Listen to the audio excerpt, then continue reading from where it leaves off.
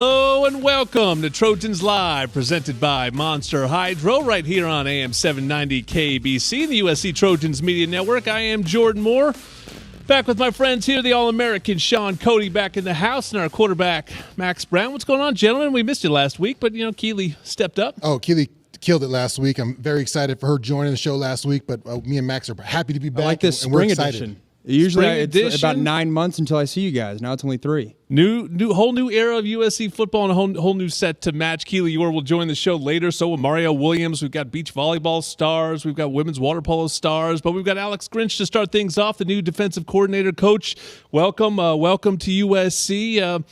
Ultimately, you were one of the first guys on the plane. Was it Lincoln Riley? Was it USC? What was ultimately the draw to get you here? Well, it's all of the above. I mean, you know the history, you know the expectations. This is a job you run to, or you better stay away from. So was awfully anxious to be a part of it. Coach, let's talk about your defense a little bit. Obviously, we got to see a little bit at Washington State. You've been at Oklahoma, Ohio State. What do we expect to see from an Alex Grinch defense? Yeah, the calling card has been effort and speed. And one of the things we do from a coaching standpoint is we say if an individual gives us their max effort and plays at max speed, that they're going to have success from an individual standpoint. And obviously the behaviors, the sum total becomes a successful defense. And when we've gotten it right, we've been just that. And when we've got it wrong, we've had some tough Saturdays. And so we stick to that philosophy of sound, simple, repeatable, adaptable. Not the group that kind of draws stuff in the dirt each week. Put our guys in a position to be successful, and then hopefully let it rip, and production can come with it. Coach, this is the third time you've installed this defense, Washington State, then Oklahoma. Obviously, every scenario is unique, but specifically this third time around, what differs from this opportunity relative to the first two in terms of installing a new defense?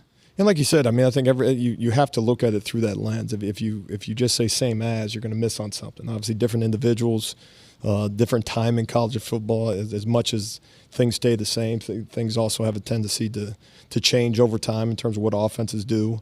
But the reality from a defensive standpoint is making sure that you put guys in position to be successful. It's a kind of a front to back type of operation for us. We expect to have production in our front, and so we start there. How can we get our guys to get in the backfield and have production? And when we've gotten it right, once again, we've had a lot of success, and I think the confidence just comes with that. You kind of know some of the issues that present themselves early on. You're conscious of the fact of is it any pushback from those individual players, and you have a story behind why. Why we ask them to do certain things at all positions, and you gain confidence from your failures as well. It's not just the good, and having a number of players drafted in this defense. Every position's been drafted at this point through a couple different stops and more this year. And so you take a lot of pride in terms of development, and think we've done it at an elite level at those multiple spots. But you also learn from your failures and say, okay, when we got it wrong, why? And then you step into a new opportunity with some of that knowledge as well. Which, if you do it right, you gain confidence from, and hopefully the players feel that. You're listening to new USC defensive coordinator Alex Grinch on Trojans Live. Coach Lincoln Riley is not going to grind out time of possession and worry too much about your defense that way. So how do you have to call defense, to set up defense, to complement what you know you're going to do offensively, which is score a lot of points, hopefully quickly? Sure, and then one of the things, how do we flip that from, what could otherwise be a disadvantage if you want to come up with excuses and those things, which we're not in the business of doing. But, can you beat USC counting threes? And presented it that way, yeah. And then have an understanding, okay, that there's a innate pressure on an offense that we go against. And so from that standpoint is, can we steal possessions? That's the takeaway aspect of things. And that's what we call it. It's turnovers. That's kind of a passive statement. And so we use the term takeaways. We're going to take the ball away from the offense and get it back to ours, which now will increase possessions. Understanding, also from a field zone standpoint, once again, if you're counting the threes and zeros, and then we're stealing a few possessions each week, we feel that, from a success standpoint, we're going to be on the right side of that more often than not. But the chief thing too is we chose to be defensive coach. We chose to be defensive players, and so unless we're scoring touchdowns, we better prevent them. And yeah, you heard that, Max? To wave the white flag and say it's tough to play defense, that's just not the road we choose to go down. I like to hear that, Coach. That fires me up. A little defensive talk in spring, right? Talking a little football in spring with defense.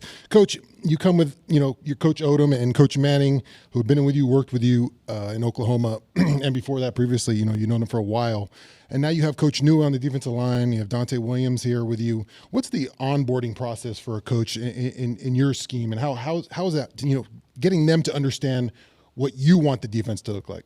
Sure, I think you mentioned those individuals that when Coach Odom and Coach Manning, and the opportunity in coming out here was you got to be elite to be with us. I mean that's it. The expectation here is to be one of the top programs in the country, and so again it's the sum total of all our behaviors, including the coaching staff, and so that's a high bar, and making sure that we bring the right group of guys, and so they were with us, and then the individuals you mentioned, and Coach Nua and Coach Williams. Now, okay, how do we upgrade? That's our responsibility also. To not fall in the trap the same as. And so, with that, one of the conversations we have is, how can you get your players to play with elite effort? Is your calling card as a coach the ability to draw something on the board? That doesn't make you special. Yep.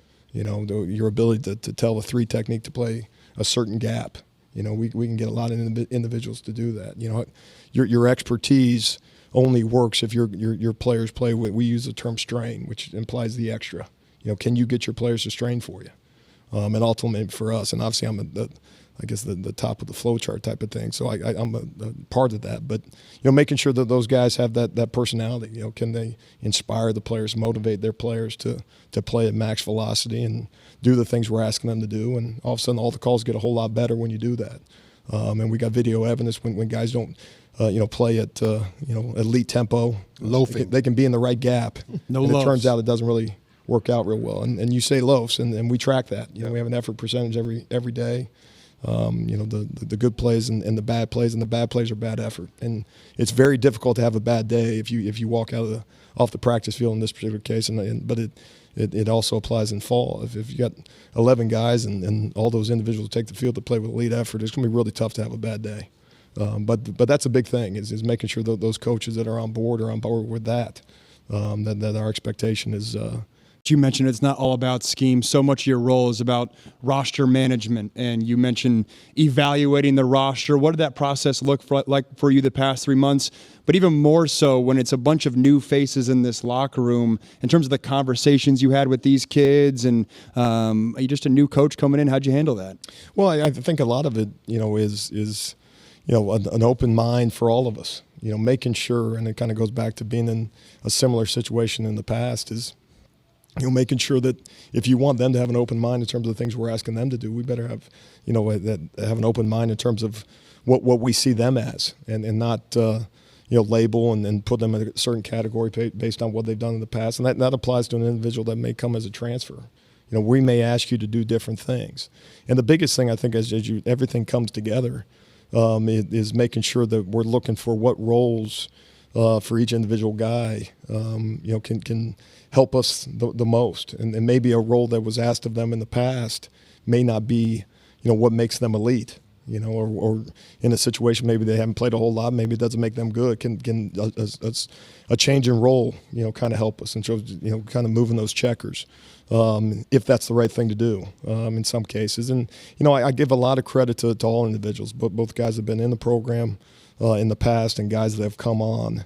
That can go a lot of different ways, and so that's a credit, obviously to Coach Riley as the head coach and the staff and that, but certainly the players themselves, and so that has been as positive as you can imagine. And we're in the business of finding all the things wrong, and so I cringe when I say too much positive. But 3 days into spring ball, but no, I give the guys a lot of credit. You're listening to Alex Grinch, the USC defensive coordinator here on Trojans Live. Your new face, your new voice to many out there. Give us your coaching story a little bit. You come from a crate of coaches a little bit when you started out as a player, and you've gone to some pretty cool stops along the way, and I imagine have had some great mentors. Sure, and been as blessed as anybody, and then don't claim to be the best coach in the world, but I've been very appreciative of the pedigree. The guys have been around and along the way, and played at a unique school, a Division III school called Mount Union in Ohio, very successful Division III program. How many games did you lose in your college We career? lost one. That's getting we it lost done. one. Never got over it. Bring some of that mojo here. That's right. That's right. So that creates a very unique experience in college football. As in 18 to 22, and then you get into coaching, and so you get a little bit naive to if the process is done the right way, you play hard, you're going to win, and it certainly is a lot harder than that. But in any event, had an opportunity to work for Coach Pinkel at Missouri at a couple different times, but. So I call myself a Pinkel disciple, to being disciplined and playing to a certain standard, and out to New Hampshire and back Wyoming, back to Missouri, and then had an opportunity to be a defensive coordinator at Washington State in this conference, and under Coach Leach, and had some success out that way into Ohio State and Oklahoma, and here we are. So this will be year 20, and so it been very fortunate along the way, and excited for this next opportunity. Coach, it's pretty well documented. Not always the biggest spring ball football fan. When I was playing, I was maybe trying to find a hammy, maybe trying to find a little ankle injury. Maybe I could get out of a practice, but you're in a different situation. Must be nice. Must be nice knowing you got your starting role there. You're in a different situation. You got to come in. You got to have these guys out here. You got to find out about these guys fast. You got 15 practices to do it. What do you take out of a spring ball scenario? What do you take out of this whole 15 practices that you can get out of these players? And so far, is there anybody popping off the film that you really like and you're kind of making an example of? Sure. Well, there's so much you want to get, and you want to get it all done practice one. I mean, you want to have the scheme in. Whether it's situational defense or situational offense, it applies obviously to both sides of the ball. But specific to us, you want to do a dissertation about how to tackle. You want to have a bunch of different takeaways on the given day, and all the different ways you want to get the ball out. You want the third down package, the red zone defense, and so you want to walk out of it with all that, checking all those boxes, and as you analyze it and evaluate it, we're going to be 0-0 at the end of April. And so what are the habits that we can form now, and then advantage the time in the summer and fall camp to incorporate some kind of what ends up being small picture stuff, but bigger picture stuff, and as we look at it now in terms of some of the situational. So if we can create the habits that are necessary to play at an elite level, are we coaching effort every single day, practice 15 a spring? If we are, we got issues, and it never goes away. But can guys get lined up? Or one of the things for us, at the level and then the expectations of a place like USC is making sure the guys understand this is a full-time job. What's the habit? And so when I say habits, I'm talking about the meeting room. I'm talking about the weight room. Are we getting bigger, faster, stronger? As we're doing the right things on the practice field, and so all those things. But so much of it is I use the habits. Can you walk out of here and say, we play hard. We tried to the best of our ability to play at max capacity, or are we working in the weight room, the meeting room the right way, and all those things, so that we can build off those habits over time. That's your DC, Alex Grinch. Appreciate you joining us, getting to know you a little bit, and we will see you when the lights get even brighter in the fall. You've got to train hard to play hard. Monster Hydro contains essential electrolytes and energy you need to perform at your best. Learn more at monsterenergy.com. Monster Hydro, hard charging hydration. Coming up next on the show, we get to know a freshman All-American wide receiver, Mario Williams, who transferred in. He's coming up next.